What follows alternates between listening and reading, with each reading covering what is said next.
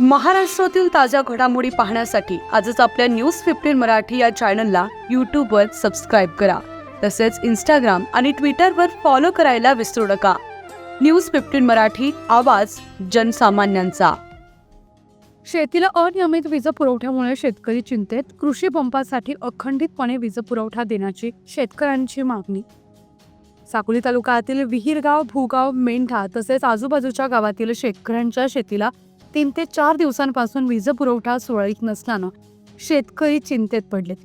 शेतकऱ्यांच्या शेतामध्ये उन्हाळी शेतपिकाची लागवड म्हणून शेतकऱ्यांच्या शेतात धानपीक, मका, मिरची, टमाटर, कांदे अशा अन्य पिकांची लागवड केलेली आहे.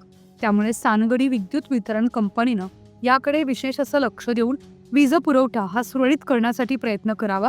या संदर्भात शेतकऱ्यांनी वीज वितरण कंपनी सानगडी येथे भेट देऊन समस्या सोडवण्याची मागणी केली आहे.